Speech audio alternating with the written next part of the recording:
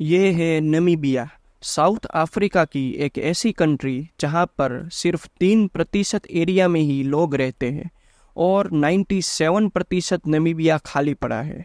तो क्यों यहाँ पर इतनी कम पॉपुलेशन है, आइए जानते हैं इसके पीछे के reasons. Namibia country south Africa में लोकेटेड है, जो कि एक बड़ा देश है जिसका लैंड एरिया 8,24,000 स्क्वायर किलोमीटर के आसपास है। और इंटरेस्टिंग बात यह है दोस्तों कि नमीबिया की पॉपुलेशन सिर्फ 25 लाख है। अगर हम इसको गुजरात के साथ कंपेयर करें तो गुजरात का लैंड एरिया है 1,96,000 स्क्वायर किलोमीटर और गुजरात की पॉपुलेशन 7 करोड़ के आसपास है। तो इससे आप अंदाजा लगा सकते हैं कि नमीबिया का कितना हिस्सा खाली पड़ा है। नमीबिया के बारे में बात करें तो नमीबिया एक सूखा देश है। यहाँ पर साल में सिर्फ 6 इंच के आसपास ही बारिश होती है। नमीबिया ऑन एन एवरेज दूसरे नंबर का सबसे कम गीच आबादी वाला देश है, जहाँ पर स्क्वायर किलोमीटर जमीन पर एवरेज सिर्फ 3 लोग रहते हैं।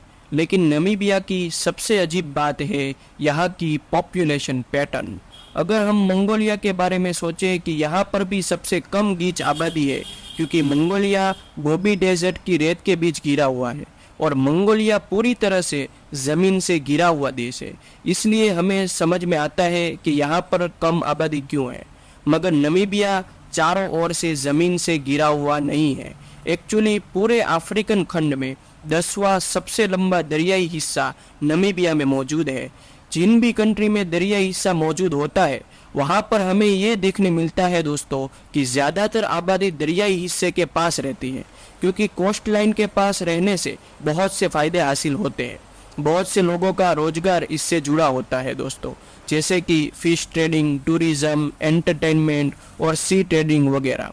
लेकिन फिर भी नमीबिया दरियाई हिस्सा देश का सबसे खाली हिस्सा है। यह बहुत ही अजीब बात है दोस्तों, यहाँ पर लोग नहीं रहते। ज़्यादातर नमीबियन पॉपुलेशन कोस्ट के कई सैकड़ों किलोमीटर दूर रहते हैं। नमीबिया की आधी पॉपुलेशन कंट्री के इस हिस्से में रहती है। इससे आप अंदाजा लगा सकते हैं कि यहाँ पर पॉपुलेशन पैटर्न कितनी अजीब है। जहाँ दूसरे देशों में दरियाई हिस्से के आसपास आबादी ज़्यादा होती है, वहाँ नमीबिया में दरियाई हिस्से के पास आबादी ना के बराबर है। इसके पीछे भी कुछ इंटरेस्टिंग रीज़न है। यहाँ के दरियाई हिस्से के बारे में सबसे पहले समझने की बात यह है कि ये पतले से नामेब रेगिस्तान से पूरी तरह घिरा हुआ है।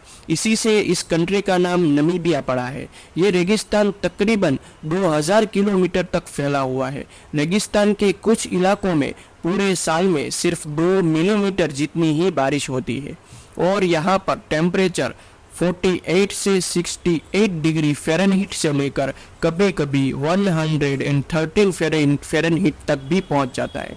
यही कारण है कि यहाँ पर बहुत ही कम लोग आते हैं। दरअसल बात यह है दोस्तों कि हिंद महासागर से नमीबिया की तरफ जो हवा सफर करती है वह गर्म और सूखी होती है और अटलांटिक ओशियन से नमीबिया सफर करने वाली हवा ठंडी होती है। और जब हिंद महासागर से आने वाली गर्म और सूखी हवा इससे टकराती है तो वो बारिश के बादल बनने के बजाय फॉग यानी धुम्मस बन जाती है। इसलिए वहाँ पर बारिश ना के बराबर होती है। यहाँ पर साल में आमतौर पर 180 दिन से ज़्यादा फॉगी वेदर ही रहता है और इसी फॉग के कारण यहाँ पर शिप से सफ़र करना बहुत ही मुश्किल बन जाता है। और यहाँ पर कई जहाज फॉग के कारण गुम भी हो गए और कई एक्सीडेंट्स भी यहाँ पर होते रहते हैं और कई जहाज यहाँ पर टूटे मिलते हैं, जिसकी वजह से इसको स्केलेटन कोस्ट भी कहा जाता है। और कभी वेदर के कारण यहाँ पर शिप ट्रेड बहुत ही मुश्किल हो जाता है। इसीलिए पूरे कोस्ट लाइन में यहाँ पर 2 ही पोर्ट हैं, मगर इन दोनों पोर्ट में से सिर्फ एक पोर्ट ही यूजेबल है, जो कि है वाल्विस बे। इस वजह से शिप ट्रेड बहुत ही कम हो जाता है। दूसरे रीजन्स में से एक रीज़न है यहाँ पर नदियों की कमी।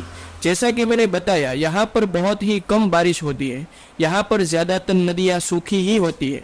यहाँ पर सिर्फ 2 ही नदियाँ ऐसी है जो कभी कभी दरियाई हिस्से तक पहुँचने में सफल होती है, ओमारुरु और स्वोको। मगर ये दोनों नदियाँ भी कभी कभी सूखी हो जाती है।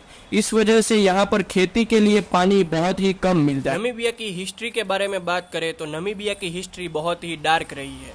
जर्मन सरकार ने यहाँ पर वर्ल्ड वॉर 1 से पहले कब्जा किया था, क्योंकि उनका ये अंदाज़ा था कि रेगिस्तान के नीचे बहुत से हीरे मौजूद हैं और यहाँ पर जर्मन हीरो की खोज करने लगे। जब वहाँ पर रहने वाले कुछ कबीले के लोगों ने उनके खिलाफ आवाज़ उठाई तो जर्मन ने उन्हें मारना शुरू कर दिया। 1904 से 1908 के दरमियान सिर्फ 4 साल में उन्होंने 80,000 लोगों को मौत के घाट उतार दिया और जर्मन ने हीरो की खोज में कई साल बिता दिए और बाद में जाकर उनका अंदाज़ा सही भी निकला। पूरा नमीब रेगिस्तान हीरो से भरा हुआ था और वर्ल्ड वॉर 1 से पहले जर्मन ने नमीबिया को डायमंड प्रोडक्शन कॉलोनी में बदल दिया।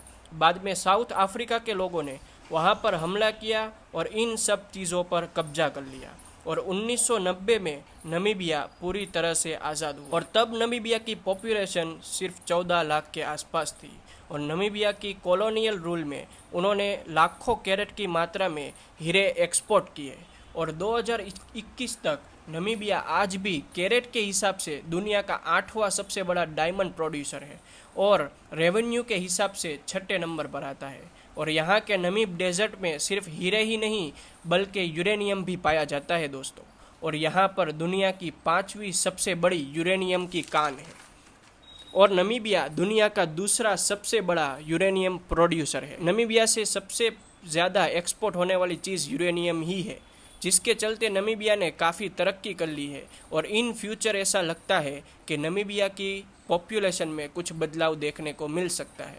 और सिर्फ यही नहीं, हाल ही में 2022 में यहाँ पर एक यूरोपियन कंपनी ने तेल की खोज की और जानकारी के अनुसार यहाँ पर 11 बिलियन बैरल तक तेल मिल सकता है।